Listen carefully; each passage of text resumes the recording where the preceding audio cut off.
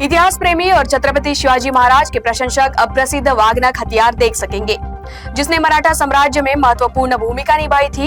यह हथियार 7 फरवरी से नागपुर के केंद्रीय संग्रहालय में प्रदर्शित किया जाएगा।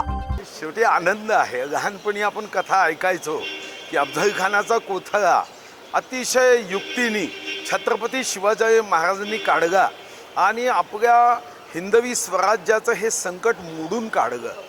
आणि जेव्हा वाघनख नागपूरला येईल तेव्हा निश्चितपणे आनंद आहे, कारण याच विदर्भात सिंदखेड राजा आहे।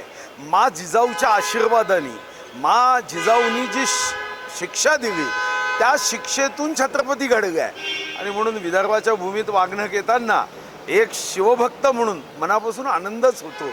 आणि विदर्भाच्या जनतेला ज्यांना हे वाघनख लंडनमध्ये जाऊन बघता येत नव्हते ते मात्र आता इथं बघता येईल, एक ऊर्जा घेता येईल, प्रेरणा घेता येईल।